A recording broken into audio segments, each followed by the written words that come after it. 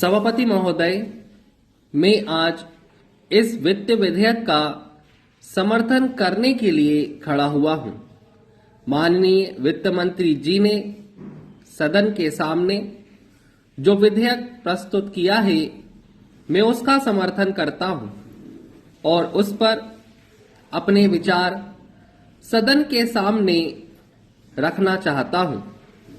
हमारे दल की ओर से, विरोधी दल की ओर से इस विधेयक के बारे में बहुत सी बातें कही गई हैं।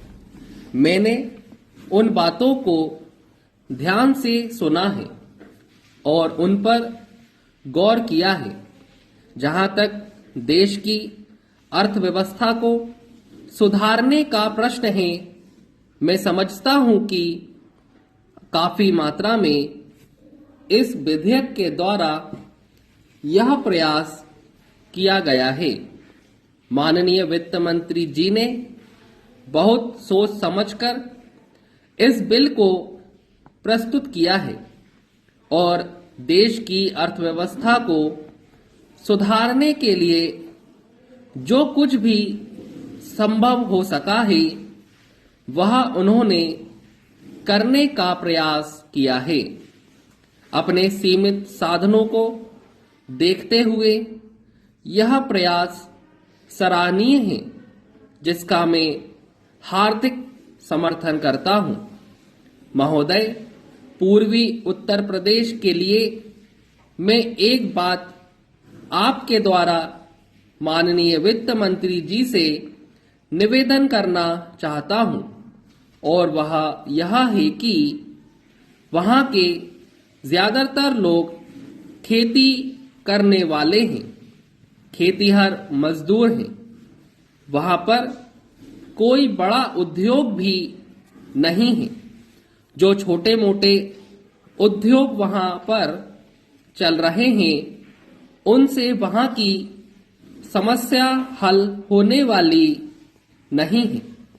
इसलिए मैं आपके द्वारा उनसे निवेदन करना चाहता हूं कि पूर्वी उत्तर प्रदेश के लिए वे अधिक उद्योगों की व्यवस्था करें, ताकि वहां का विकास हो सके। इसके साथ ही साथ मैं यह भी निवेदन करना चाहता हूं कि पूर्वी उत्तर प्रदेश के इलाकों में गंडक योजना केंद्रीय सरकार द्वारा चलाई जा रही है। अगर उसमें बिजली पैदा करने की योजना जल्दी से जल्दी तैयार हो जाए तो वहां पर ज्यादा से ज्यादा उद्योग लगेंगे और वहां का विकास होगा। श्रीमान, उत्तर प्रदेश में चीनी की मिलें बहुत अंधाधुंध तरीके से बनाई जा रही हैं। वहां का किसान गन्ना भी पैदा करता है और उस गन्ने को ले जाकर वह चीनी मिलों को दे देता है।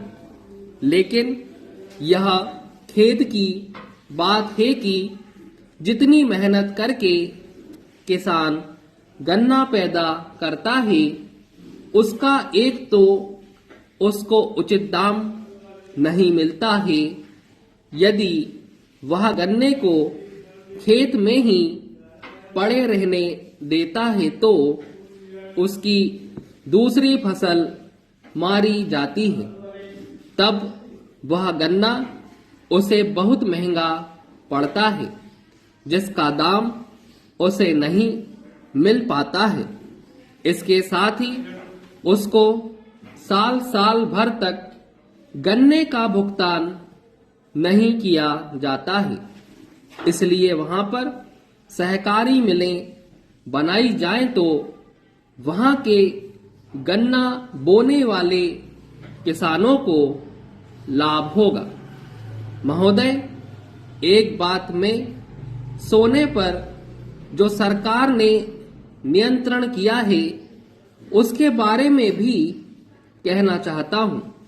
मेरे ख्याल में यह निर्णय जो सरकार ने किया है व्यावहारिक नहीं है।